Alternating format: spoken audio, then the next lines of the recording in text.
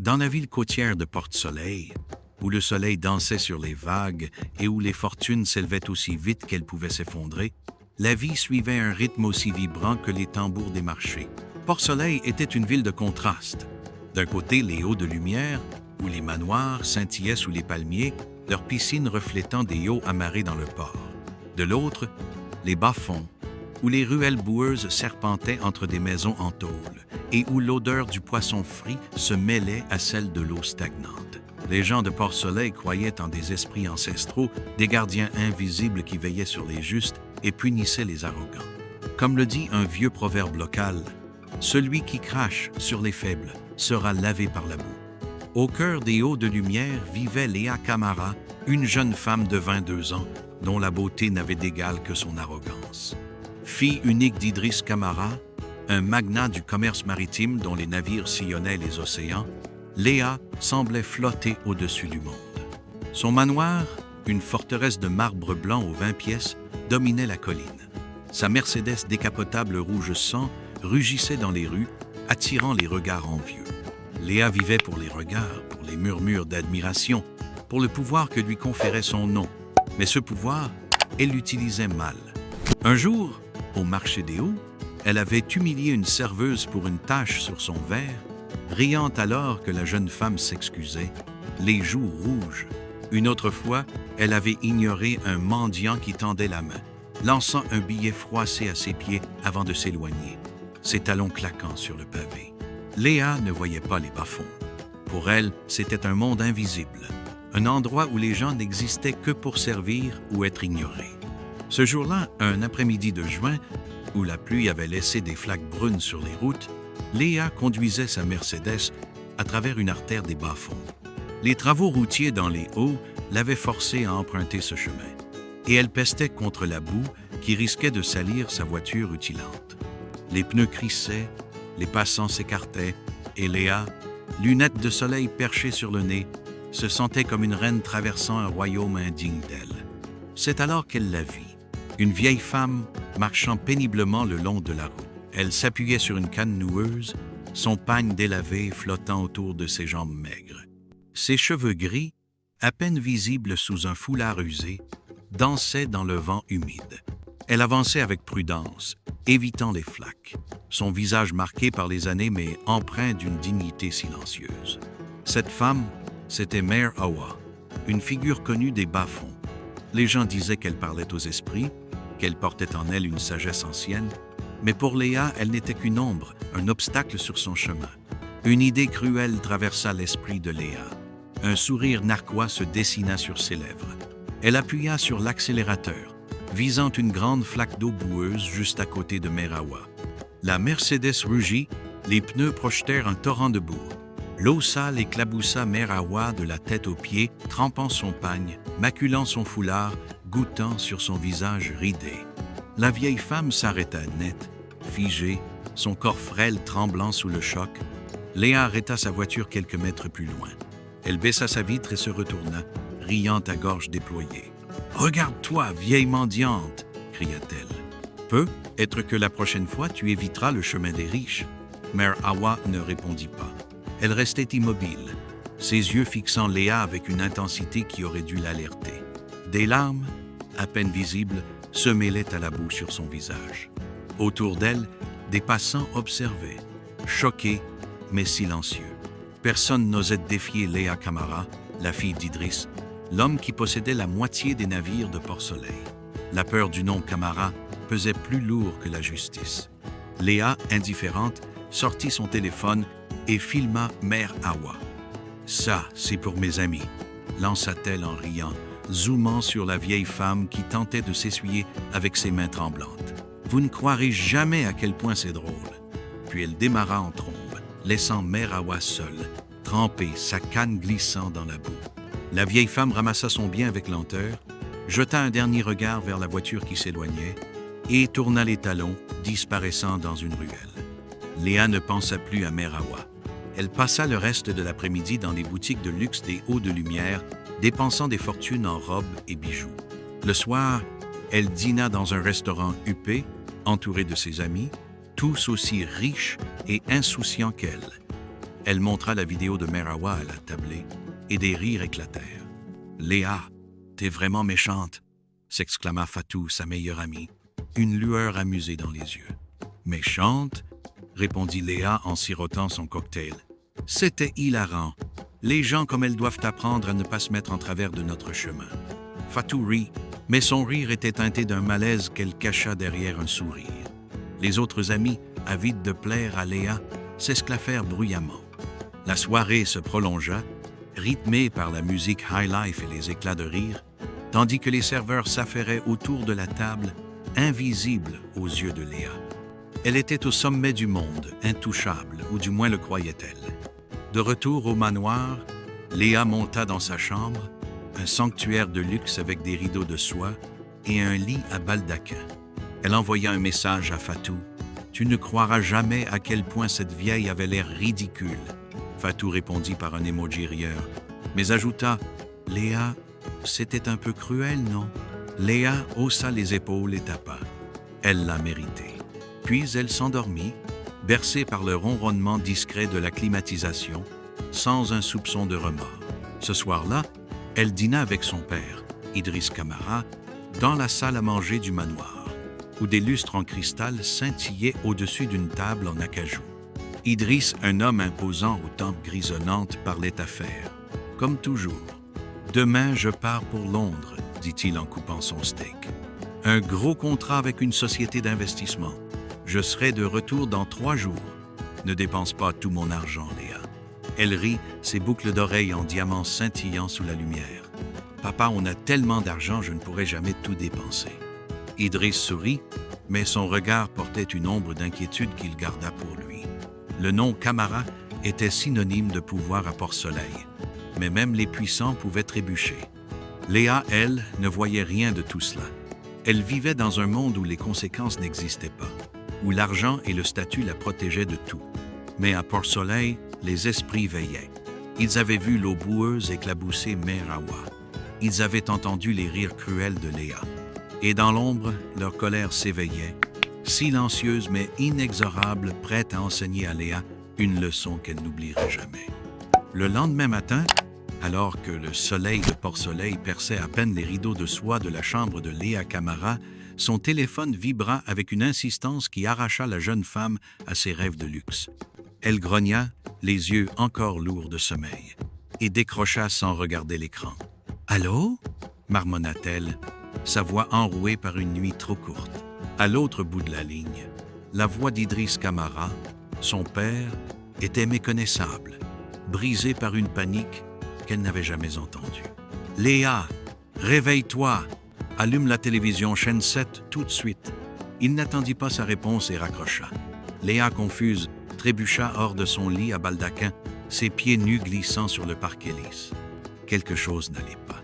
Son père, l'homme qui contrôlait Port-Soleil avec un simple signe de tête, semblait terrifié. Elle attrapa la télécommande et alluma l'écran géant de sa chambre. Les nouvelles du matin défilaient, et les mots qui s'affichèrent la firent vaciller. Un magnat ruiné par une fraude massive proclamait le bandeau en bas de l'écran. Le journaliste, un homme au ton grave, parlait rapidement. Idriss Camara, l'un des hommes les plus riches de Port-Soleil, a perdu toute sa fortune dans ce qui semble être la plus grande escroquerie de l'histoire de la ville. La société d'investissement basée à Londres, Horizon Ventures, a disparu avec des milliards, emportant l'intégralité des actifs de Camara, ses compagnies maritimes, ses propriétés, ses comptes bancaires. Tout. Léa sentit son cœur s'accélérer. Ce devait être une erreur. Les Camara étaient intouchables. Leur empire, bâti sur des décennies de commerce maritime, était une forteresse que rien ne pouvait ébranler. Elle rappela son père, les doigts tremblants. « Papa, dis-moi que ce n'est pas vrai !» cria-t-elle dès qu'il décrocha. La voix d'Idriss, faible et défaite, répondit « Léa, c'est fini. Tout est parti. Les navires, les maisons, les voitures. J'ai fait confiance aux mauvaises personnes. Ils ont tout pris. » Il marqua une pause, comme s'il cherchait ses mots. « Je suis bloqué à Londres. Je ne peux même pas payer ma chambre d'hôtel. Mais on a d'autres comptes, non ?» supplia Léa, sa voix montant dans les aigus. « La maison, ma voiture, il doit rester quelque chose. » Idriss soupira, un son qui portait tout le poids de sa chute. « J'ai hypothéqué toutes nos propriétés pour investir plus. Je pensais nous rendre encore plus riches. Mais maintenant, nous sommes ruinés. Tu dois quitter le manoir, Léa. Tout de suite, emballe ce que tu peux porter. La banque arrive. Léa lâcha le téléphone, qui tomba sur le tapis avec un bruit sourd. Elle courut à la fenêtre de sa chambre, écartant les rideaux. En bas, dans l'allée bordée de palmiers, des voitures de police clignotaient, leurs gyrophares projetant des éclairs rouges et bleus sur les murs du manoir. Des hommes en costume, tenant des dossiers épais, arpentaient la propriété, désignant la piscine, le garage, les statues de marbre. Des représentants de la banque, froids et méthodiques, étaient déjà là pour tout saisir. Un homme en costume monta jusqu'à la chambre de Léa, escorté par un domestique nerveux. « Mademoiselle Camara, dit-il d'un ton sec, vous avez 30 minutes pour emballer vos effets personnels. Pas de bijoux, pas de vêtements de luxe, pas d'électronique, seulement le strict nécessaire. Cette propriété appartient désormais à la banque côtière de Port-Soleil. » Léa protesta, sa voix tremblante. « C'est ma maison !» L'homme ne s'ya pas. « Plus maintenant! Vous devez partir immédiatement. » Elle attrapa un petit sac et y fourra quelques vêtements, un t-shirt, un pantalon, une paire de sandales usées. Elle tendit la main vers une boîte de bijoux en or, mais un agent l'arrêta. « Ce sont des actifs, » dit-il froidement. « Il reste ici. » Pour la première fois de sa vie, Léa sortit du manoir sans rien, hormis ce sac minable. Les domestiques qui autrefois s'inclinaient devant elle détournèrent les yeux. Les portes du manoir se refermèrent derrière elle avec un claquement définitif. Léa erra dans les rues des Hauts de Lumière, son sac serré contre elle. Elle appela Fatou, sa meilleure amie, espérant un refuge. « Fatou, j'ai besoin de toi, supplia-t-elle. » Mais la voix de Fatou était distante. « Léa, je suis désolée, mais mes parents m'ont interdit de t'aider. Ce n'est pas bon pour notre réputation. » Un par un, ses amis lui tournèrent le dos. Les mêmes personnes qui riaient de ses blagues, qui se disputaient son attention, la traitaient maintenant comme une pestiférée. Léa, qui avait toujours été au centre du monde, était devenue invisible. Cette nuit-là, elle trouva refuge derrière un centre commercial, blotti contre un mur de béton, frissonnant sous la pluie fine. L'odeur des ordures et du poisson pourri flottait dans l'air. Elle n'avait jamais eu aussi froid ni aussi peur. Elle n'avait rien mangé depuis le matin et son estomac grondait. Les passants la regardaient avec dédain. Certains murmuraient, d'autres détournaient les yeux. Léa, sale et affamée, comprit pour la première fois ce que signifiait être méprisée. Le lendemain, Léa erra dans les bas-fonds, espérant trouver de l'aide. Elle croisa des visages familiers, des domestiques qui avaient travaillé pour sa famille, des commerçants qu'elle avait ignorés. Mais tous la repoussèrent. « Tu n'es plus rien », lui lança un vendeur de poissons, son ton chargé de mépris. Léa, les cheveux emmêlés, les vêtements tachés de boue, sentit la honte l'envahir. Elle s'assit devant un marché, les jambes repliées, espérant qu'on lui donnerait à manger. Les odeurs de pain frit et de poissons grillés lui torturaient l'estomac. C'est alors qu'une voix familière l'attira de sa torpeur. « Léa, c'est bien toi ?» Elle leva les yeux et vit Aminata, une ancienne employée de maison des Camara. Aminata, une femme d'une trentaine d'années aux yeux doux, semblait choquée. « Que t'est-il arrivé? Tu as l'air différente. » Léa éclata en sanglots, sa voix brisée. « Aminata, nous avons tout perdu. L'entreprise de papa, la maison, tout. Je n'ai rien, j'ai faim. » Aminata observa Léa, celle qui l'avait licenciée quelques semaines plus tôt, avec un mépris glacial. Pourtant, elle ne ressentit ni colère ni satisfaction. Elle tendit une main et aida Léa à se lever. « Viens, » dit-elle doucement. Elle acheta un bol de riz et du poisson frit à un étal voisin et le tendit à Léa, qui mangea avec une avidité qu'elle n'avait jamais connue. Entre deux bouchées, Aminata l'interrogea. « Dis-moi, Léa, que s'est-il passé avant tout ça? As-tu fait quelque chose d'inhabituel? » Léa hésita, puis raconta l'incident avec Mère Awa, la flaque, la boue, les rires. Les yeux d'Aminata s'écarquillèrent. « Léa, c'était dangereux, » murmura-t-elle. « Tu ne sais pas qui était cette femme. À Port-Soleil, certaines personnes portent une force que tu ne peux pas voir. » Elle marqua une pause, son visage grave. « Je crois qu'il faut voir l'ancien Tamsir. C'est un voyant.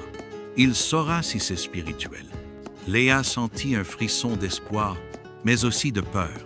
Les esprits de Port-Soleil, ceux dont elle avait ri en entendant les vieilles histoires, semblaient soudain bien réels. Elle suivit Aminata, qui promettait de l'emmener chez Tamsir le lendemain. Alors que le soleil se couchait sur les bas-fonds, peignant le ciel d'un rouge sanglant, Léa sentit un poids sur ses épaules. Les esprits, murmurait-on à Port-Soleil, ne pardonnaient pas facilement, et leur colère, une fois éveillée, pouvait tout consumer. Le soleil se levait à peine sur Port-Soleil, ses rayons dorés perçant les brumes des bas-fonds, lorsque Léa Camara, autrefois princesse des hauts de lumière, suivit Aminata à travers les ruelles boueuses. Ses vêtements, autrefois impeccables, étaient tachés et froissés. Ses cheveux emmêlés pendaient en mèches désordonnées. La faim et la honte avaient creusé son visage, mais une lueur d'espoir fragile brillait dans ses yeux.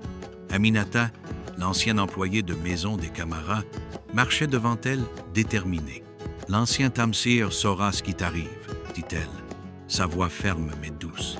À Port-Soleil, quand les esprits parlent, lui seul sait écouter. » Ils arrivèrent dans une petite maison en tôle, nichée entre des échoppes bruyantes et des tas d'ordures. La cour était encombrée de plantes en pot et d'un autel orné de coquillages et de bougies éteintes. L'ancien Tamsir, un homme frêle aux yeux perçants, les attendait assis sur une chaise en bois.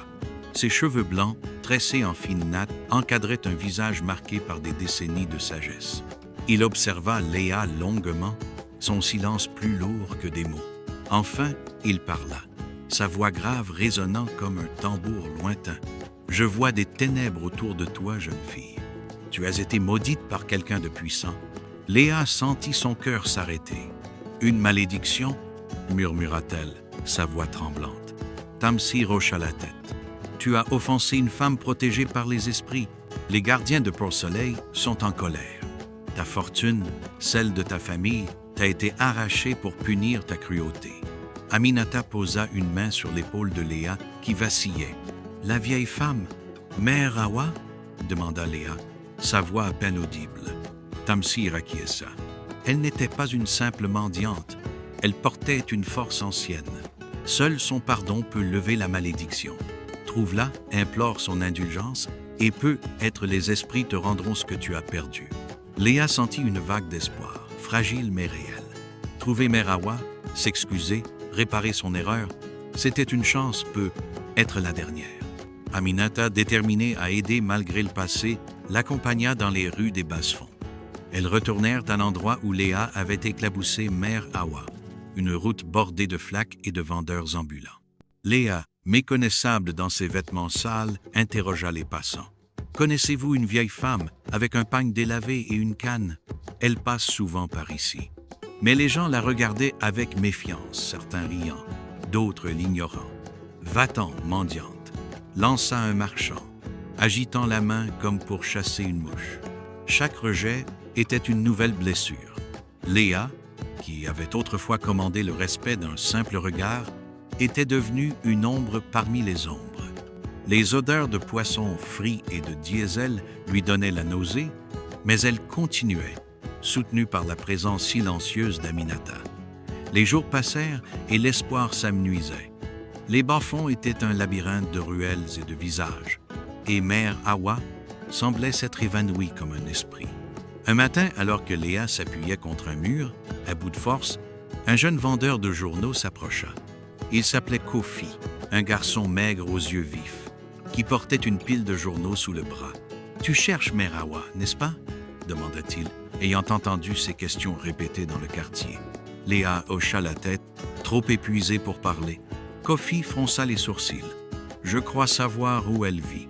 Dans les bas-fonds profonds, près de la lagune. Elle va au marché tous les jours par cette route. » Il hésita, puis ajouta « Mais je ne travaille pas gratis. Si tu retrouves ta richesse, tu me payeras, d'accord ?» Léa, sans un sou, promit. « Quand tout sera réglé, je te donnerai ce que tu veux. » Kofi accepta, et ils prirent un vieux bus brinque-ballant vers les bas-fonds profonds, un bidonville construit sur pilotis au bord de l'eau. Léa n'avait jamais vu une telle misère. Les maisons, faites de planches et de tôles rouillées, semblaient flotter sur la lagune polluée. Des enfants jouaient dans l'eau sale, leur rire contrastant avec l'odeur âcre qui emplissait l'air. Kofi guida Léa sur des passerelles étroites, évitant les regards curieux des habitants. « C'est ta première fois ici, hein ?» dit-il, un sourire en coin. « Bienvenue dans le monde des oubliés. » Ils arrivèrent enfin devant une petite maison entourée d'un attroupement inhabituel. Des femmes pleuraient doucement. Des hommes parlaient à voix basse. Une odeur d'encens flottait dans l'air. Kofi s'approcha d'une femme, une voisine aux yeux rougis. « Que se passe-t-il » demanda-t-il. La femme soupira, sa voix tremblante. « Mère Awa est partie. Elle est morte hier soir, paisiblement dans son sommeil. Nous préparons ses funérailles. » Léa sentit le sol se dérober sous elle. « Morte » murmura-t-elle, ses jambes flageolantes. « Non, elle ne peut pas être morte. J'ai besoin de lui parler, de lui demander pardon. » Ces cris attirèrent l'attention. Les gens la regardèrent, certains avec curiosité, d'autres avec méfiance. « Tu connaissais Mère Awa » demanda une femme, fronçant les sourcils. Kofi, sentant la tension, entraîna Léa à l'écart. « Elle ne va pas bien, dit-il aux habitants. Désolé de vous avoir dérangé. » Léa pleurait à chaudes larmes, son corps secoué de sanglots. Elle s'effondra sur la passerelle, ses mains couvrant son visage. « C'est trop tard, » gémit-elle. « J'ai tout perdu, et maintenant je ne peux même pas réparer mes erreurs. » Kofi, mal à l'aise, posa une main sur son épaule. « Viens, dit-il doucement. On doit retourner voir Tamsir. Il saura quoi faire. » Ils revinrent chez l'ancien Tamsir, Léa titubant comme une ombre brisée. Elle lui raconta tout, la mort de Mère Awa, son incapacité à obtenir le pardon. Tamsir l'écouta, son visage impassible. Quand elle eut fini, il secoua la tête, ses yeux pleins de tristesse. « Alors, c'est fini, dit-il. La malédiction ne peut plus être levée. Seule Mère Awa aurait pu te pardonner et elle a rejoint les esprits. » Léa tomba à genoux, ses sanglots emplissant la petite maison. « S'il vous plaît, il doit y avoir un autre moyen, » supplia-t-elle. Tamsir resta silencieux un moment, puis parla, sa voix lourde. « Les esprits ne donnent pas de seconde chance quand le cœur de la victime s'éteint. Tu vivras avec le poids de ta cruauté, et ta famille restera dans l'ombre pour toujours. » Léa quitta la maison de Tamsir, le cœur brisé. Les rues des bas-fonds semblaient plus sombres, comme si les esprits eux-mêmes la regardaient. Elle avait cru qu'un pardon pourrait tout réparer, mais maintenant elle n'avait plus rien. Ni richesse, ni espoir, ni rédemption. Les gardiens de Port-Soleil avaient rendu leur verdict, et leur colère était sans appel. Les rues de Port-Soleil, autrefois un décor scintillant pour Léa Camara, étaient devenues un labyrinthe de misère. Après avoir quitté la maison de l'ancien Tamsir, le poids de ses paroles, la malédiction ne peut plus être levée, pesait sur elle comme une pierre. Léa, autrefois parée de soie et de diamants, errait désormais dans les bas-fonds, ses vêtements déchirés, son visage marqué par la faim et la honte. Les esprits de Port-Soleil, disait-on, ne pardonnaient pas facilement, et leur verdict était clair. Léa paierait pour sa cruauté envers Mère Awa, et ce prix serait éternel.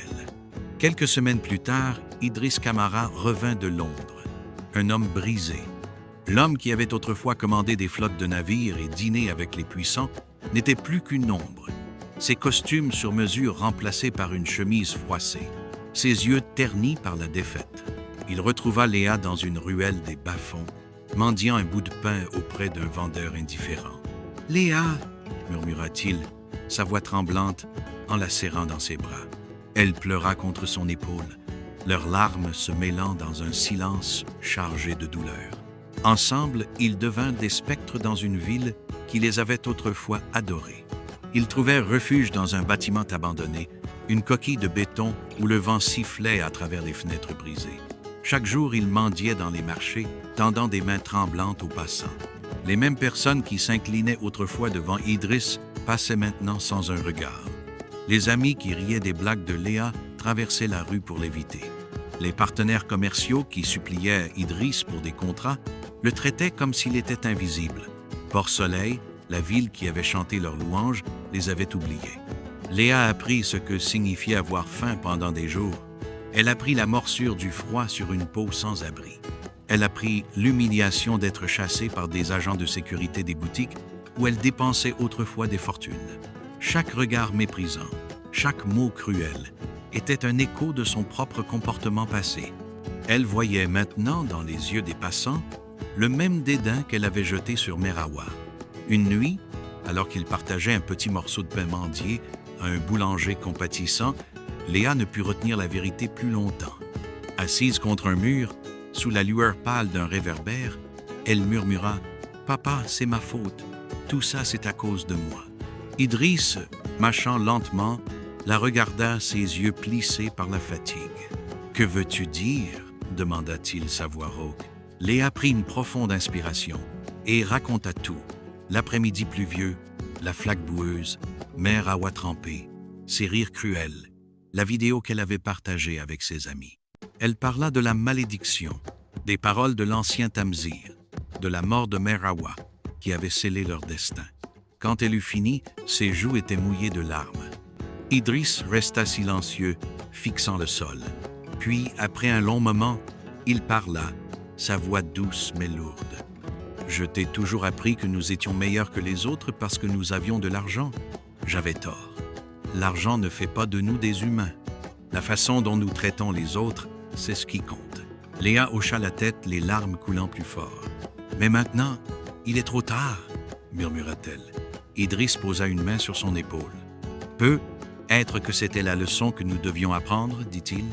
Peut-être devions-nous tout perdre pour retrouver notre humanité. » Les années passèrent, et les Camara devinrent une légende à Port-Soleil, une histoire que l'on racontait aux enfants comme un avertissement. On les appelait les anciens riches, ceux qui avaient tout possédé et tout perdu. Certains les plaignaient, offrant un bol de soupe ou un vieux manteau. D'autres les ignoraient, passant sans un regard. Et quelques-uns cruels riaient de leur chute, comme Léa avait autrefois ri de Merawa. Chaque nuit, Léa revoyait le visage de Merawa, ses yeux tristes, ses larmes mêlées de boue. Elle se souvenait de la dignité de la vieille femme, même humiliée. Une dignité qu'aucune richesse n'aurait pu acheter et qu'aucune pauvreté n'aurait pu enlever. Léa comprenait maintenant ce que signifiait cette force. Mais cette compréhension était arrivée trop tard. La malédiction, ancrée dans son cœur comme une épine, ne s'effacerait jamais. Un soir, alors que Léa mendiait devant un marché, un homme riche passa, vêtu d'un costume éclatant, son téléphone pressé contre l'oreille. Il ne la vit pas, ou peut-être choisit-il de ne pas la voir. Léa le regarda s'éloigner, son rire confiant résonnant dans la rue. Elle reconnut ce rire, ce mépris inconscient, c'était le sien, autrefois. Et dans ce moment, elle comprit la leçon la plus dure de toutes.